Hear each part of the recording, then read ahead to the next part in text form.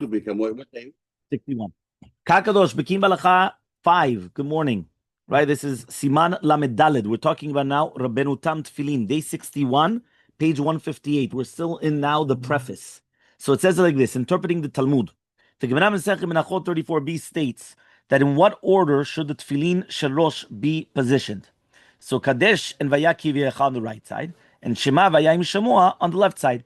Another Braita, however, states the exact opposite. So Abaya reconciled this, explaining that one Braita describes the order from the perspective of a person looking across the tefillin, and the other one describes the order of the perspective of the one wearing the tefillin. So the one wearing the tefillin, and the one which is opposite. Rav Hananel, right, he cited Rav ruling that if someone inserts the passages into the bait in the incorrect order, the tefillin are not kosher. So he says, Rashi explained that the Gemara's list of the four passages is to be taken literally, and the four passages must be positioned according to the order they appear in the Torah. So according to Rashi, it's very simple. How does it appear in the Torah? You're going to have Vayachi V'yecha, Kadesh Li, Vayachi V'yecha, Shema, and then Vayayim Shamua. Therefore, the passage of Kadesh must be positioned on the left end, okay, which is going to be the right of the side of the person wearing them. This is followed by the three passages of Vayachi V'yecha, Shema, Vayayim Shamua. Rabbeinu Tam, though, cited in the Tosafot, challenged Rashi. He says, what's the significance of dividing the passages into pairs? Saying that the two are on the right side and two are left. The Braita could just as well say that this passage is on the right end and all the others are the left to it. Therefore, Rabbeinu Tam interpreted the Braita as follows. Kadesh is on the right end, right? Followed by Vayaki V'yecha, while Shema is on the left end and Vayayim Shemua is to the right of it. So that means basically you have the Vayaz in the middle. Okay? Both Rabbeinu Hananel and Rabbi Gaon, they agreed with Rabbeinu Tam. And the Bet Yosef brings down both opinions. The Mechilta and Talmud Yerushalmi. So now, okay, how do we paskin? You go to Machloket Rashi Rabbeinu Tam. So what do we do for Tefillin? It is likely that this debate, right, although we attribute it to Rashi and Rabbeinu Tam, is actually a debate between the Moraim and authors of the Talmud. The Mechilta lists four passages in the same order as Rashi does. And the Talmud Yerushalmi and Kochim, according to this one of Rav Avraham ben David, his commentary in the Sefer Yetzirah states that the two Avayot are in the center, which is like Rabbeinu Tam. So now the Talmud Yerushalmi in our hands today does not include any material on Kodshim, but it is clear that many Rishonim had copies of Talmud Yerushalmi and Kodshim. So since it is cited numerous times in their writings, what's more, the Tikkunei Zohar states clearly that the Avayot are in the middle. So that's like Rabbeinu Tam. So the Zohar also is like Rabbeinu Tam. Tosafot suggests that the Megillah, the Mechilta, also agrees with Rabbeinu Tam, and that was listing the four passages according to the order in which they must be written, not in the order in which they're actually put into the tefillin. That Rishon LeZion pointed out that the Talmud Yerushalmi was composed several generations later than the Mechilta, and therefore it's more authoritative regarding final halachic decisions. This adds more weight to Rabbeinu Tam's opinion. That means it sounds much more that we're going like Rabbeinu Tam. The Samag and the Mordechai prove that through historical facts that Rashi's interpretation is incorrect. Since at one time, right, the stage on top of the tomb of the prophet Yechezkel collapsed, and in the rubble people found an ancient pair of tefillin, and when they examined it, they discovered a position in the manner that Rashi described. The Drisha, so wow, that means they found old tefillin, and they were like Rashi, not like Rabbeinu Tam. The Drisha, however, related, right? His mentor argued that there's no proof whatsoever. On the contrary, it's likely the pair of tefillin was constructed incorrectly, and because of that, it was put into the Genizah. The Bach countered that this would have, that he says that wouldn't have been a reason to dispose of tefillin. It would have just removed them and put them back. What does that mean? So he comes and he says like this. He says the Rishon LeZion refuted the argument, right, of the Bach. It's not possible to simply switch the scrolls in the tefillin of like from Rashi and Rabbeinu Tam. If the scrolls have been written according to Rashi's formula and then arranged according to Rabbeinu Tam, there will be no blank space between the end of Vayayim Shamua and the beginning of Shema.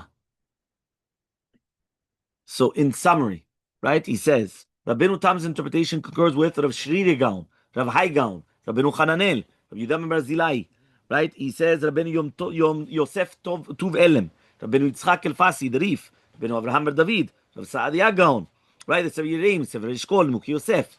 Actually, he says the position of Rabbeinu Yitzchak Elfasi concerning this matter is itself a matter of debate amongst the Rishonim, concurring with Rashi's opinion of the Rambam, Sefer Eitur, Sefer Makiri. He says the Ramban, Rabbi Yonah, the Rashba, the Chinuch, Shibolei Aleket, Sefer Manhig. So therefore, you come and insert that Rav Hai later changes ruling and rule like Rashi. The Sefer Mitzvot, Gadol, which is a Samag, the Maimoniyot, and the Mordechai and Oruch Chaim, we go like Rashi. So now, how do we do it then? We go like Rashi, don't go like Rashi. So it says like this: the Rambam's response, the scholars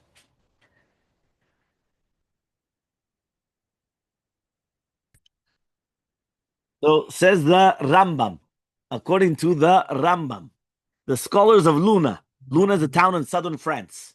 He sent a query to the Rambam explaining that they had a tradition, right, from Rav Hai Gaon to position the Havayot in the center, like Rabbeinu Tam. The Rambam replied, I also subscribed to that opinion originally, and when I lived in the West, in Spain, this is how my tefillin were, based on a halachic treatise written by the Ramak, Rav Moshe of Cordoba. He says, this treatise led me astray from the truth, and it led me the entire generation also. In fact, the Rif concur with the opinion in the responsim, as did the Chacham Yaakov Kalai. So a great number of Geonim disagreed with this. Reliable, venerable scholars told me that they opened up the tefillin that belonged to Rav Hai Gaon, and they found that it was positioned in the manner that they described in the Rambam, which is like Rashi. So Rav Moshe Deri moved from the west to the land of Israel. We had tefillin that also were constructed in the manner of Rabbeinu Tam, but when he was shown the works of the earlier Geonim, they changed it. So basically, only one of them could be kosher. So which one is it? So it's clear from the Rambam's response and the poskim who go like Rashi, right? They consider the tefillin Rabbeinu Tam to be non-kosher. The fact that a Moshe Deri came and he threw away his tefillin shows that was insufficient. You can't just come and switch. You just switch it and that's it. So the Samag added that if someone puts on a set of tefillin constructed according to the incorrect opinion and recites a bracha, he would be guilty of reciting a bracha levatala. Therefore, he recommended putting on both tefillins at the same time, reciting the blessing once for both, since there room on a person's head and for two tefillin, right? So the Samag says, put on both tefillin, and that's it. You put on both, you say chovah, all the opinions without any problem. If someone finds the difficulty putting on both, right, he may say the bracha, put on one set, take it off, and put on the second set, relying on the bracha, the first one, even though he interrupts for a few minutes before putting on the second set of tefillin. Yes, put on two tefillin, but not at the same time. So if Sever Turma, the Rosh, and the Arba Turim, right, they all recommend putting on two sets of tefillin at the same time. Are you listening? You have Sever Turma, the Rosh, and the Tur. All of them say put them both on at the same time. Right? The one must have in mind that one intends to fill the mitzvah, whichever one is correct, while wearing the second one. This is also the ruling of the Shulchan Aruch. So you've got Shulchan Aruch. Of course, Shulchan Aruch says to put them both at the same time. Shulchan Aruch mefurash. Nod of Yehuda. So the Nod of Yehuda comes and he says, and then we're going to see also the Kabbalah, but that's going to be another day. The Nod of Yehuda, right? He comes and he says with the following question: just like we are to construct the set of tefillin according to Rabbeinu Tam, we should also insert them prescribed like Rabbeinu Tam. We insert the scrolls upright, following Rashi's instructions, whereas Rabbeinu Tam ruled that the scrolls must be inserted so that the words appear going down, up and down, rather right to left. Why are we careful to follow Rabbeinu Tam's opinion only in the aspect of the construction, but not in the other aspect? Meaning, how do you put them inside the actual tefillin? Do you put them this way or up to down? Horizontal or vertical? Right? How do you put the scrolls, the parashiot? So the question now is, if you're going right now like Rabbeinu Tam to do the order of the parashiot, why don't you also go like Rabbeinu Tam in the way how it's positioned in the tefillin? There we don't do that. We only go like Rabbeinu Tam in the order of the passages, in the order of the parashiot, but not in the way that it's supposed to be done. Why? So he explained, right, that regarding the order of the passages, Rabbeinu Tam's opinion is supported by the Geonim and early Rishonim. Regarding the direction in which the scrolls are, right, he says Rabbeinu Tam's opinion is not supported by any early authority, and therefore we could just ignore it. Right? I mean, basically just says the order of the parashiot, there's a lot of people what to rely on. It's only Rabbeinu Tam, so therefore we go like Rabbeinu Tam. But the way that we place it inside, we don't do that. So Sharet Shuvah also dealt with the question, and he answered that we follow both opinions regarding the order of the passages, since Arizal taught that both opinions are true and must be followed. Regarding the debates about the other aspects of Tefillin, we go like the majority of the poskim, and therefore because of that we don't do it in that way. According to the testimony of the Maaser Rav, right, the Rav Chaim Volozhin once asked the Gaon Mivilna why he didn't wear Rabbeinu Tam, and he says if someone wanted to fill the mitzvah while taking every opinion into account, he would have to put on 64 pairs of tefillin every single day.